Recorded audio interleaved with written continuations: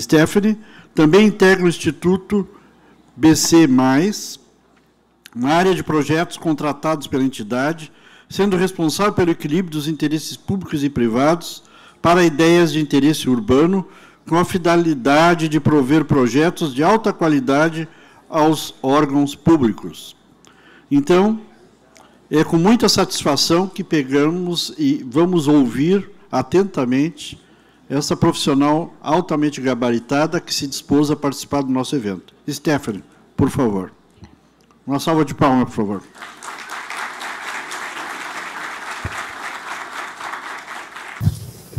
Bem, boa noite, então.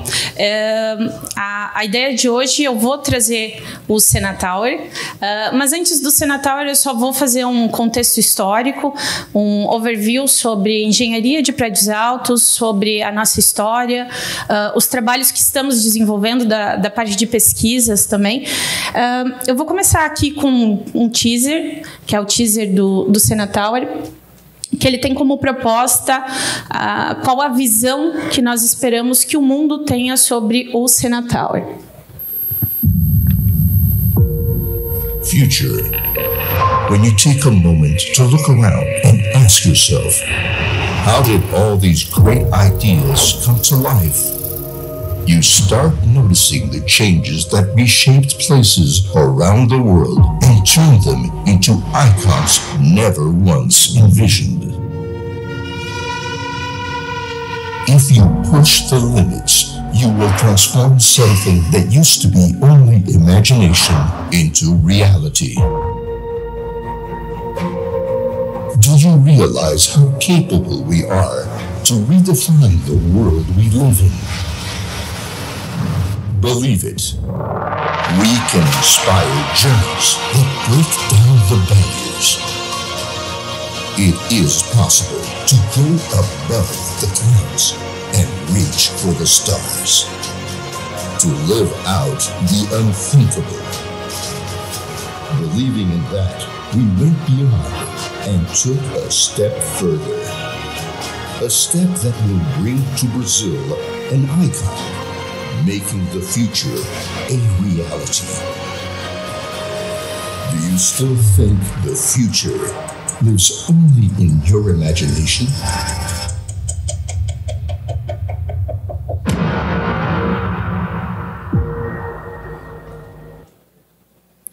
E Senatower, e por que Senatower, por que Balneário Camboriú e por que FG Empreendimentos? Então, só explicando para vocês o que é FG Empreendimentos. Então, hoje nós somos a segunda maior construtora de capital fechado do país. Nós temos aí uma história longa de mais de 40 anos, mais de 5.000 apartamentos entregues, mais de 60 prédios. E por que Balneário Camboriú? Poderia ser qualquer lugar do mundo. Nós estamos no melhor lugar, Balneário Camboriú.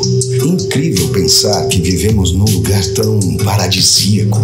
Mar, mata, praia. Ah, praia. Como um caloroso abraço de verão. A nova praia é generosa, democrática.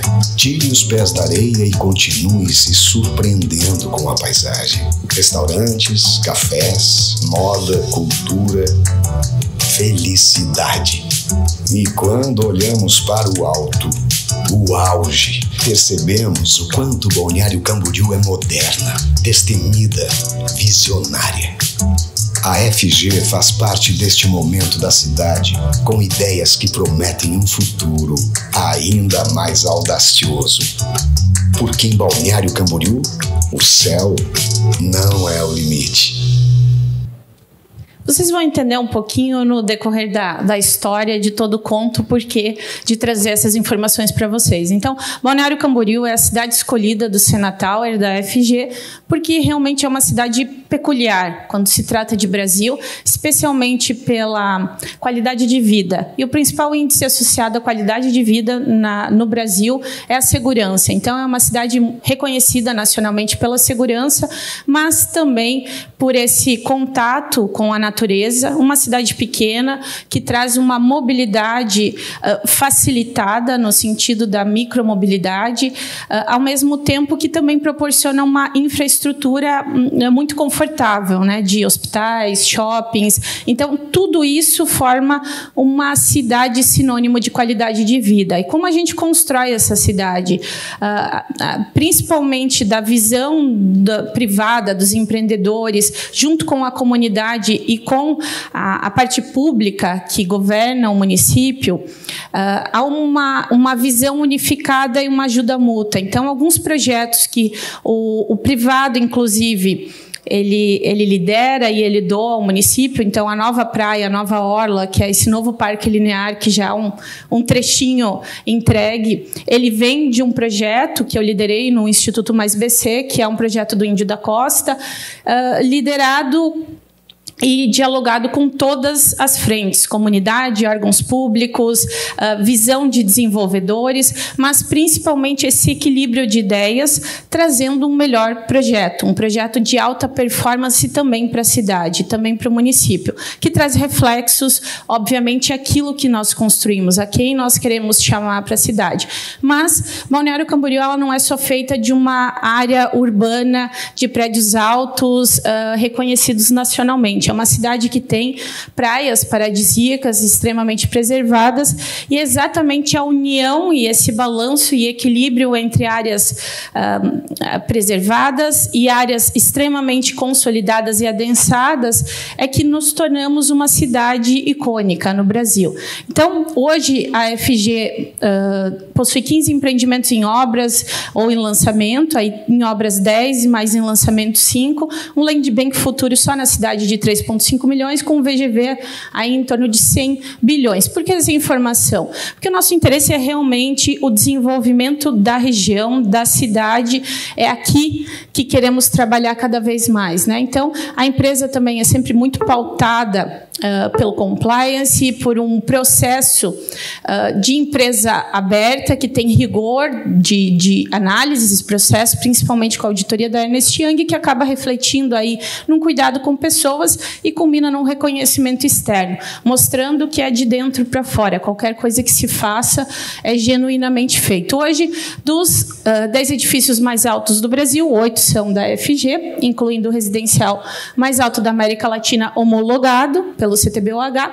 E aqui esse gráfico é bem interessante, que é um gráfico que explica muito a segurança que no dia de hoje nós temos em liberar e dizer que iremos fazer o Senatower. Então, o processo de verticalização de Balneário, que é paralelo ao processo de verticalização da FG, começou há muito tempo atrás. 2008, o primeiro prédio de 100 metros, 2018, um prédio de 150 metros, prédios icônicos e marcantes como o Millennium Palace, que foi entregue em 2014, o famoso prédio da piscina que balança, que nacionalmente foi conhecido como a piscina que balança. Nesse momento, particularmente nesse momento, fizemos uma retroanálise da nossa engenharia, da nossa abordagem de engenharia arranha-céus, para entender melhor fenômenos secundários que vêm dos efeitos de vento, especialmente. Então,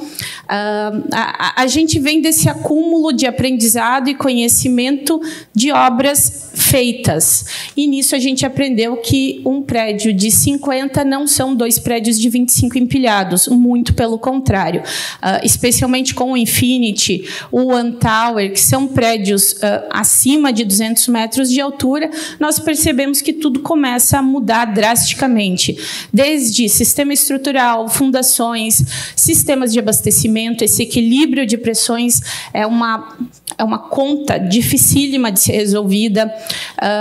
Essa dinâmica do vento ainda é uma área pouco explorada, pouco entendida. Dentro das universidades, a gente acaba não tendo orientações na área da engenharia sobre dinâmica de prédios. Ao contrário, a engenharia civil é tratada como tudo estático, pórtico, e a gente topa agora com uma vertente da engenharia, mesmo em prédios, em que há dinâmica, e deve-se considerar a dinâmica. E é o principal complicador dessas grandes obras. Hoje, há mais ou menos 4, 5 anos, especialmente naquele momento do milênio que nós buscamos para analisar, entender o que aconteceu, por que aconteceu o movimento da piscina, nós começamos uma enorme busca para as melhores consultorias do mundo, né? Então, trabalhando aí com estrutural de fora, de Nova York, laboratórios como o Canadá, estudos de dumper, enfim, nós buscamos o conhecimento de quem fez prédios ainda maiores do que nós estávamos fazendo. Finalmente admitimos que é melhor buscar o conhecimento de uma fonte que já entendeu e já errou do que querer inventar, como a gente estava fazendo. E aí esse processo de eu admito que eu posso estar falhando é que nos trouxe a grande expertise que a gente acumulou aí, especialmente nos últimos 4, 5 anos. O Antower é um grande marco, né? Então é um prédio de 290 metros de altura, e algumas outras obras icônicas, como o Milênio, da piscina que balançou, como vocês conhecem. O Epic é um edifício extremamente desafiador, é um prédio com a fachada curva e uma esbeltez de 1:17, é uma esbeltez altíssima. Dentro da nossa formação acadêmica, a gente sempre discorre que prédios acima de 1:7 de esbeltez já são estruturas complexas. E aqui é um prédio de 1:17. Hoje, no mundo, o prédio mais esbelto, ele tem uma esbeltez de 1:24. E isso é o grande complicador de obras altas, realmente a esbeltez. Infinity Coast é o nosso ícone, que depois de 50 anos de paralisação da engenharia, de subir e de fazer arranha-céus, finalmente, em 2019, quebramos a barreira dos 200 metros no Brasil. Então, o primeiro prédio que superou essa barreira, o Boreal quase entregando. O Boreal também é um prédio peculiar, é um prédio de 245 ou 49 metros de altura, em que ele não tem fundação profunda. Ele é uma grande sapata, um grande radier em cima de um topo rochoso. E é um prédio desse tamanho, né? Então, ele também é icônico nisso. Blue Coast, outra obra desafiadora. Tivemos desprendimento de vórtice desse prédio, extremamente complexo da solução estrutural. Outro prédio que nós buscamos assessoria e consultoria fora do Brasil para resolver, porque dentro da engenharia nacional nós não encontramos respostas. O Grand Place, também outro prédio que está terminando. O Horizon. O Horizon é um prédio com proteção. No caso do Horizon, nós conseguimos viabilizar sem a viga de periferia, então ele foi para a proteção. O Safir, hoje, o prédio mais esbelto que nós temos em edificação, em construção, que é 1:18, quase 1:19, que ele está já subindo na torre. A Iconic também é outro prédio desafiador, que teve grandes problemas com vento, análise dinâmica, e que nós abordamos soluções interessantes, que até depois o Fati vai mostrar um pouquinho para vocês. Titanium também, grandes avanços na parte de fundação, Imperium. Isso tudo são obras em andamento. Skyline também é uma obra icônica da nosso acervo, com uma antecipação de 18 meses de entrega. Isso foi com um trabalho de pensamento de industrialização, de mudança de sistemas, especialmente sistemas de vedação interna e externa. E alguns pré-lançamentos, o Blueview, o Garden Park e outros novos projetos. Então, nós temos aí pelo menos mais 30 anos de operação, e nós temos aí um histórico de mais de 10 anos importando e tropicalizando esses conhecimentos internacionais. Então, hoje, realmente, no Brasil, nós somos a única fonte de conhecimento prático, ou seja, no sentido de projetar, desenvolver, executar e operar prédios acima de 200 metros de altura, acima de 250 metros de altura. Então, o conhecimento hoje está realmente muito limitado à nossa prática, nosso processo. Aqui, vocês vejam, esse é um histórico bem interessante, é um gráfico que mostra a evolução da verticalização no mundo e o comparando com o Brasil. Então, vejam que há um delay, mas esse delay agora nós tendemos a chegar nessa curva de mundo de verticalização, que é um processo normal, é um processo esperado quanto a ambiente urbano, né? A verticalização para usufruir da infraestrutura existente, para ocupar essas áreas já ocupadas, em vez de espraiar as cidades. Isso realmente é um conceito que o mundo já enxergou, já entendeu que é um conceito mais sustentável de cidade. E agora é o momento do Brasil, agora recentemente, nos últimos poucos anos, 2 anos, você vê que esse é o processo que se inicia, de discussões, de revisões de plano diretor, para promover este conceito, que o mundo entendeu que é o conceito adequado. No sentido de comunidade, né? Projetos de expansão, então, a ideia é, desse conhecimento acumulado, a gente poder derramar para outras empresas, entendendo esse processo de verticalização que ocorre no Brasil. Então, o foco da TOLS é realmente o compartilhar, a vocação é o compartilhamento da experiência que nós adquirimos dentro de uma construtora, de uma empresa incorporadora e construtora, para todos, projetistas, outras empresas, mesmo que tenham atribuição de concorrência. Mas o nosso entendimento é que o conhecimento não é concorrência. O conhecimento compartilhado é o conhecimento que cresce, que evolui e edifica. Então, é isso que é a nossa filosofia, sempre foi a nossa filosofia, agora de uma maneira profissional, né? Aqui um pouquinho sobre essa abordagem, especialmente de estruturas, quando se fala de prédios altos, classifico que é um dos... não é um dos sistemas, é sem dúvida o sistema mais complexo de um prédio alto, é estrutural. E, às vezes, a gente cai numa abordagem que é uma abordagem, às vezes, escolástica demais, de universidade demais, de que grandes equipes, grandes empresas é que realmente promovem boas soluções.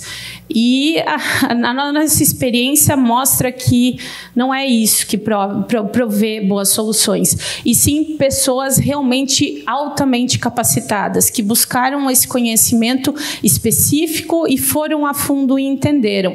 Então, está muito mais ligado a uma liderança inteligente que coloca a mão realmente na massa, no projeto, no entender o projeto e prover a solução, do que figuras representativas que colocam linha de produção, especialmente estrutura. Então, é algo a se pensar, uma provocação que a gente faz da experiência que a gente teve realmente, sabe? Então, trazendo um pouquinho da nossa prática como TOL Solutions, daqui a gente estuda e estudou por muito tempo, por 10 anos dentro da FG, e que pretende promover aí Brasil afora, né? Um pouquinho de um contexto geral, mas alguns exemplos de abordagens novas que a gente está fazendo, como detalhamentos, muitos estudos de melhora de performance de materiais, que o Fatih vai explicar um pouco melhor. Também soluções inéditas de fundação, a parte de logística de obra, equipamentos temporários são avaliações fundamentais em se fazer um prédio alto, ao contrário de grandes prédios com grandes metragens, você tem uma linha crítica quando se verticaliza, que é exatamente a execução da estrutura.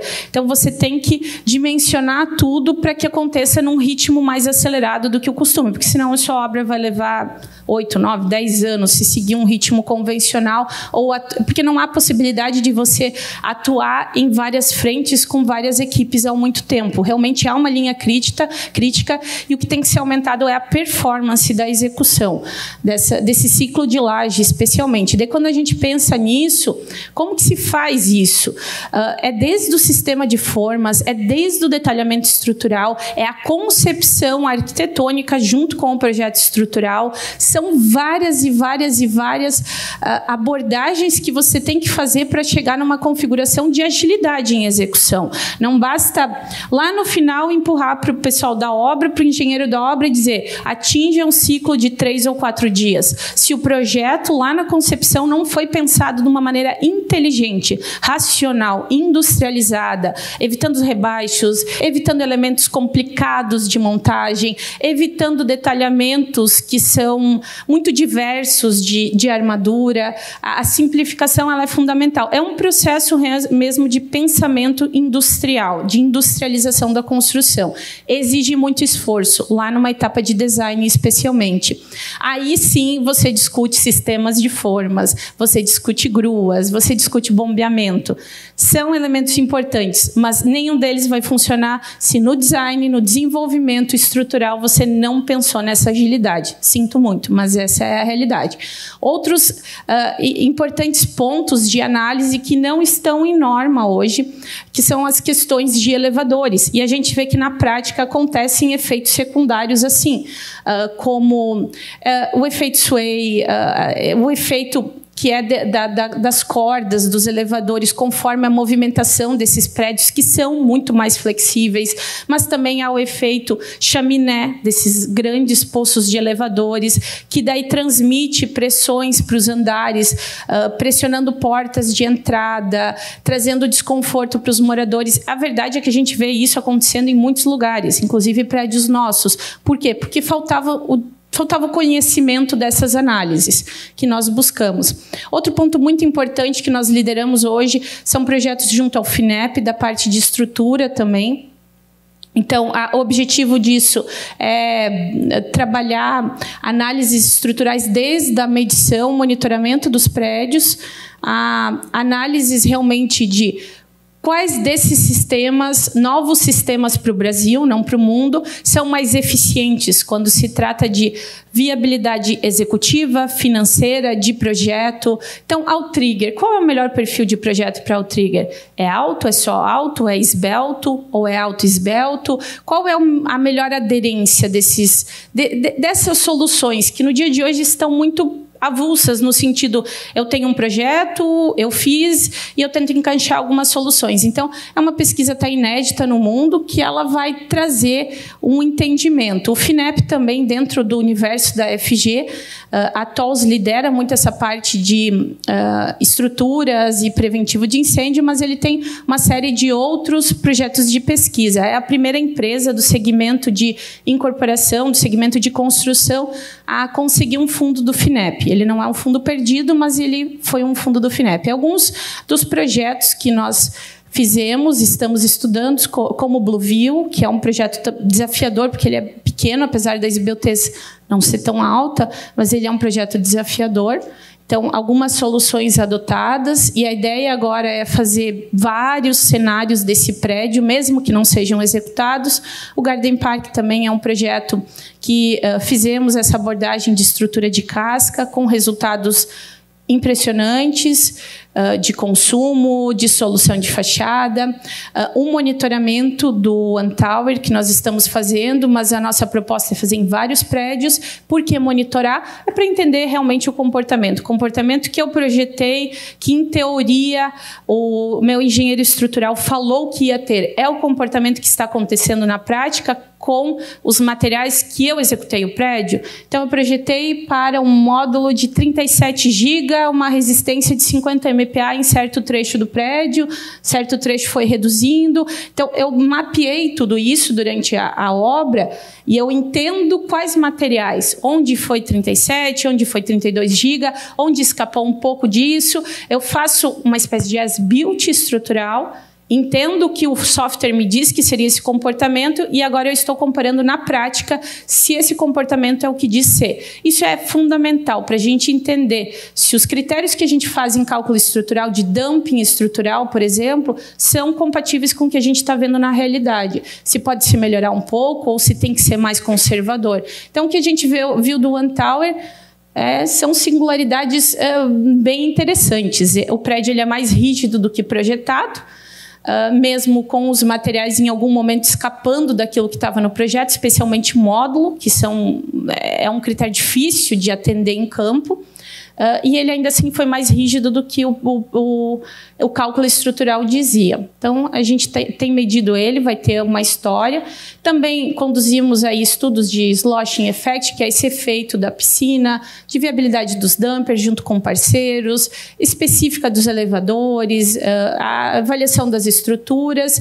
E aqui são gráficos interessantes, que é um gráfico São gráficos orientativos fundamentais que vocês não encontram em literatura nenhuma, ou papers, ou avaliações, porque são gráficos de histórico mesmo da empresa, né? Então, é a relação da altura versus o custo por metro quadrado. Então, vocês vejam que a história de que fazer mais alto, a certo ponto, ela não é tão verdadeira, que significa que você crescer a altura vai custar mais caro. Não é tão verdade. A partir de certa altura, de um ponto ótimo, não continua sendo uma curva, e sim ela começa a se tornar linear. Mas o que a gente vê é que a esbeltez não segue exatamente esse mesmo parâmetro.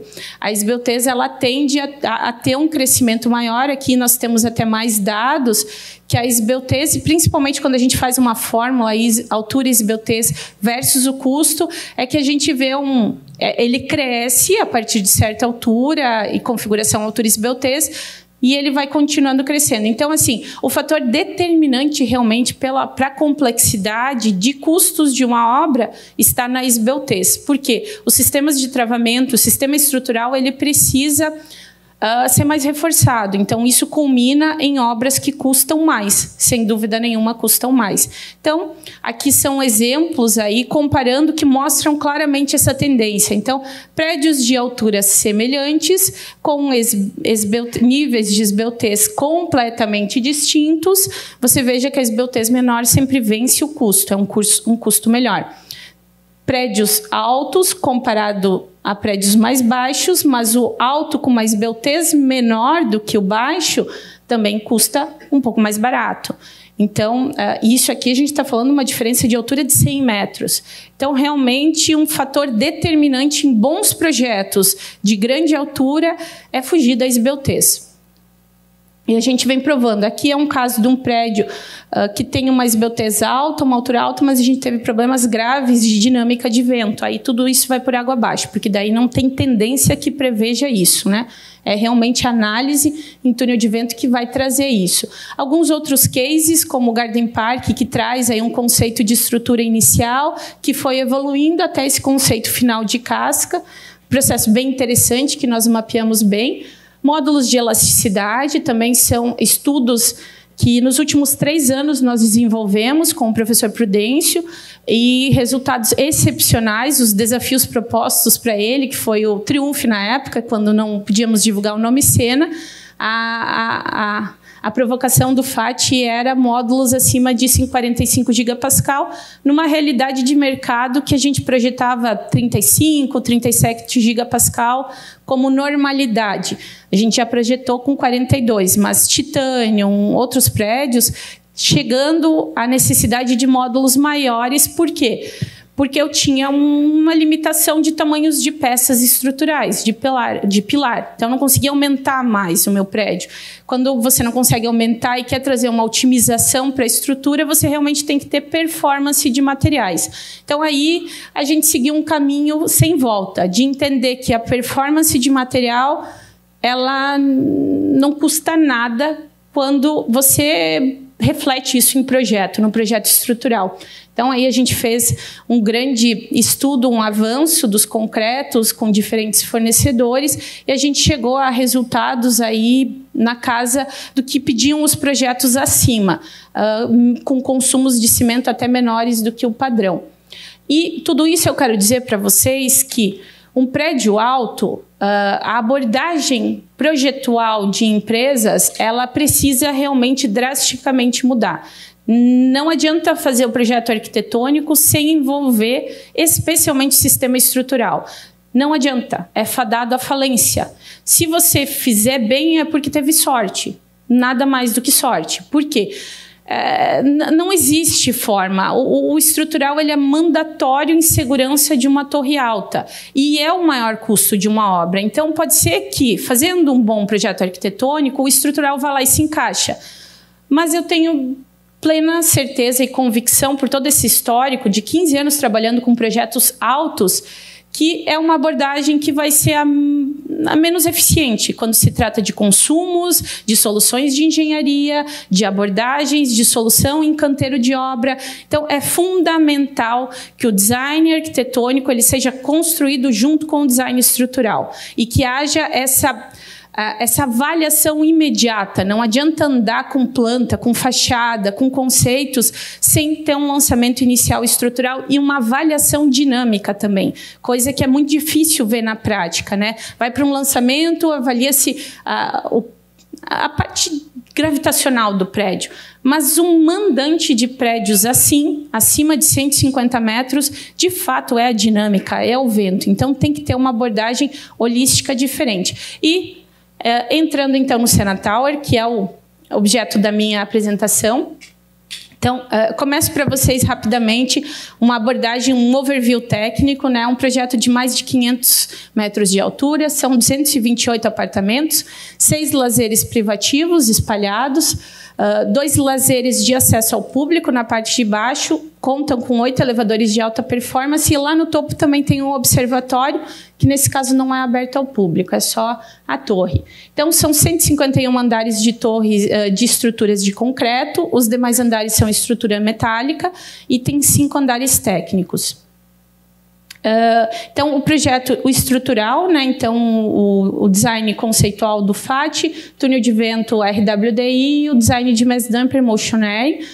Esse é a configuração geral, um andar típico do prédio. A gente vem da base do prédio com espessuras de pilares na casa de 1 metro e depois nós vemos, vai reduzindo, especialmente separado nessas faixas que são outriggers, redutos e também reservatórios intermediários. Então, eles têm tripla funcionalidade dentro do prédio, atendendo a esses 3 sistemas, né? Então, chegando a lâminas de 40 centímetros de espessura lá na parte superior do prédio. Contam também com mass dumpers, são 2 mass dumpers.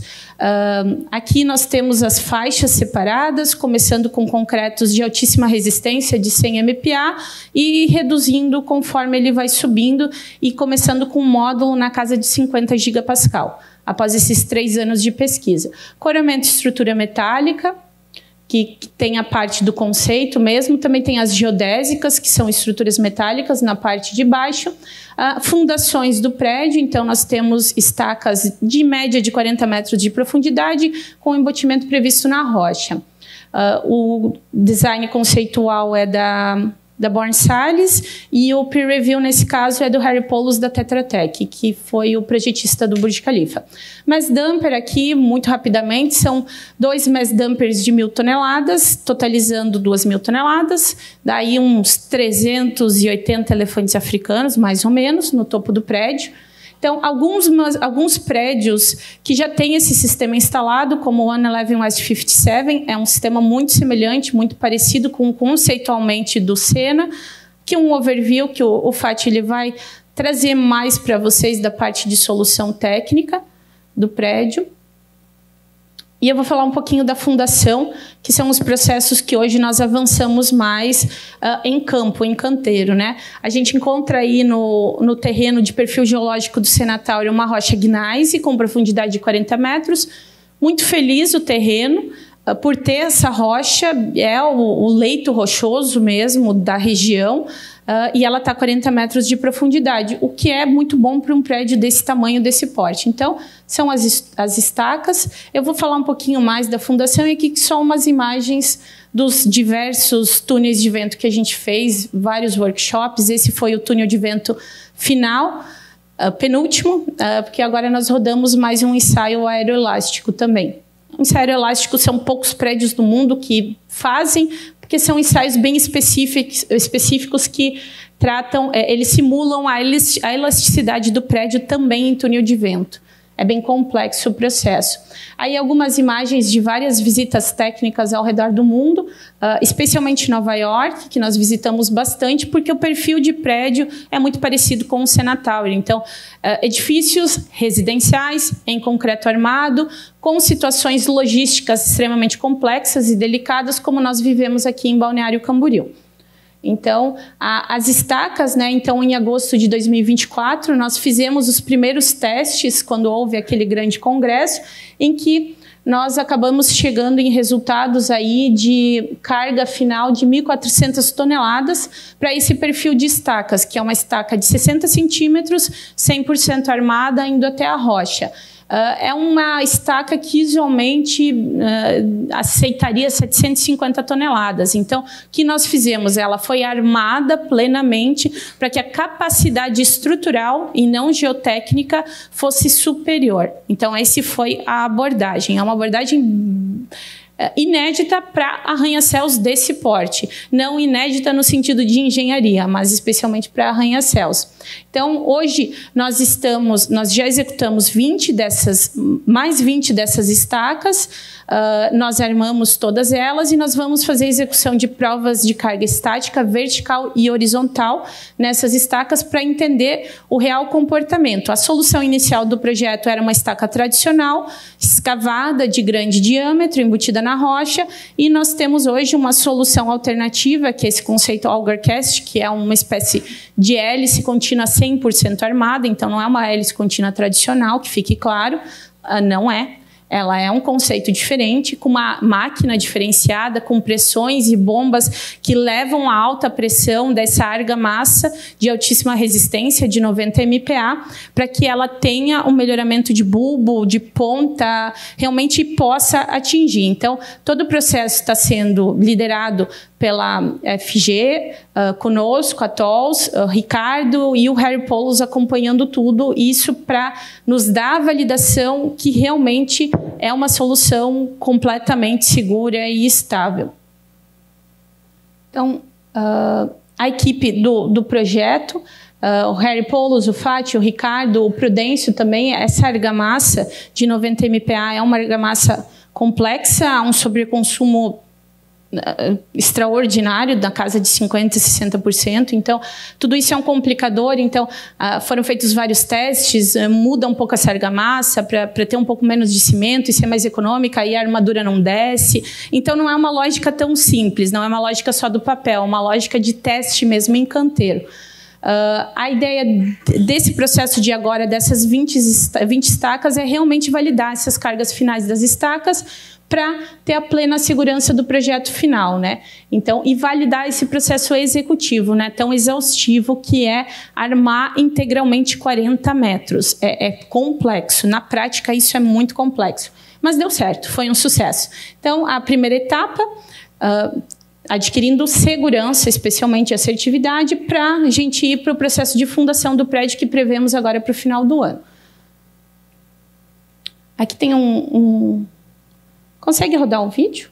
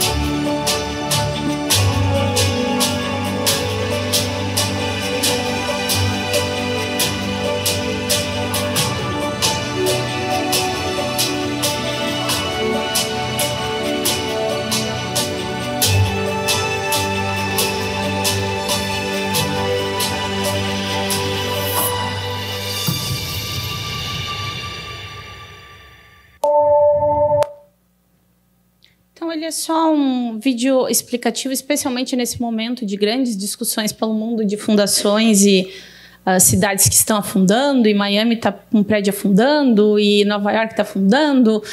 Então, a fundação sempre é um tema recorrente aí de nível de insegurança das pessoas gerais, não tanto dos técnicos, mas de clientes, de prospectos, de pessoas que querem saber mais do prédio. Então, foi uma maneira simples de mostrar que praticamente é quase um maciço de concreto indo até a rocha, né? O que a gente está fazendo, né? Mostrando a segurança. E agora, finalizando a minha parte, eu vou contar um pouco da história de vocês, do conceito desse projeto, que também me envolvi profundamente ao longo dos últimos... Eu trabalho nesse projeto há 7 anos, desde as primeiras ideias do primeiro terreno, e depois veio um segundo terreno.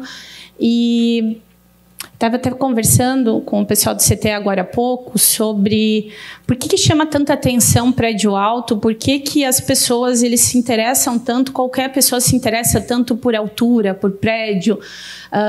E a gente vê que a humanidade ela vive isso, da simbologia de ir além, de ir mais alto.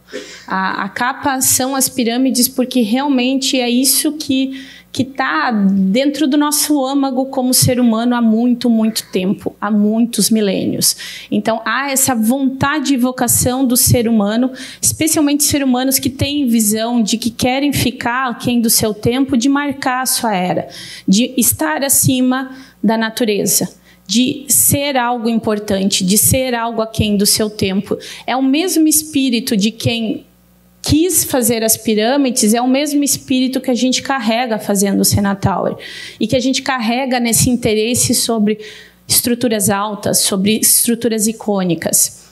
E o Sena Tower, ele carrega isso, ele carrega essa vocação de querer trazer para a nossa nação uma visibilidade mundial, de nos colocar no mapa do mundo, de dizer... Temos um Sena Tower, como França fala, temos a Torre Eiffel, ou temos o Burj Khalifa.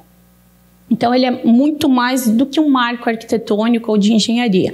Ele é um símbolo de inspiração para a humanidade. E, verdadeiramente, é isso, e é disso que nasce um prédio desse porte. Muito mais do que negócio, muito mais do que desenvolvimento imobiliário. A idealização desse projeto, sim, são realmente de 2 famílias. A família Sena, a Viviane e o Leonardo são irmãos. A Paula e a Bianca são filhas da Viviane. O Jean é o seu Francisco, que é a FG. E o conceito ele foi desenvolvido conosco e a Paula Sena, que é uma artista plástica.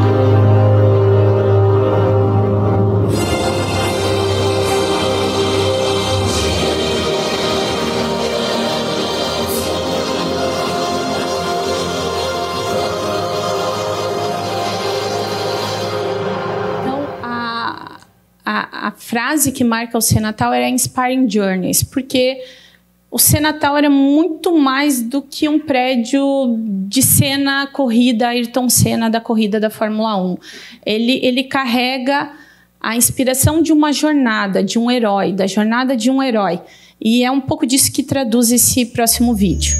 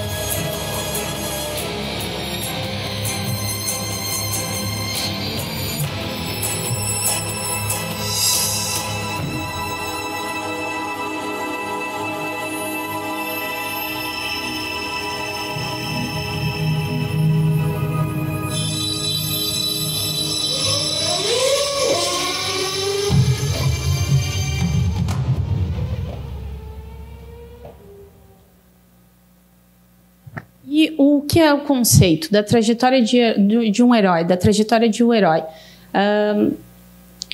Na mitologia, e isso vem do ser humano, da civilização humana, no contexto quando ele se formou em comunidade, tribos, civilizações, todos têm muitos pontos em comum, tradições e vontades e expectativas e comportamentos padrões. E a jornada de herói, ele é um comportamento que a gente vê na civilização desde sempre, desde milênios, que ele é uma espécie de inspiração para a comunidade, para você ser cada vez mais humano e humano melhor. E a gente vê que ao longo da história, algumas pessoas se tornaram heróis. E tem uma similaridade nessa história desses heróis, desde os tempos mitológicos, desde o início das civilizações. A trajetória de um herói, ela sempre começa com o encontro de um propósito, com estar perdido, não entender o que se faz, não entender o que está fazendo no mundo, mas ao mesmo tempo dentro de si, lá no fundo, no seu coração, ele ouve algo diferente, ele entende que ele está aqui para algo diferente. Isso começa desde os primeiros anos, mas o prédio ele tem a intenção de que isso mostre que cada um de nós somos os heróis da nossa vida. Então, essa parte inicial do prédio, ela é a parte que traduz a nossa vida de infância, o nosso momento de estar perdido, o nosso momento de encontrar o nosso propósito da vida. Não só de um herói, mas de cada um de nós. Então, tudo que foi planejado, tudo que foi concebido conceitualmente, definido arquitetonicamente, ele busca traduzir isso. Essa imaginação, essa confusão, essa não linearidade da vida, desse momento inicial.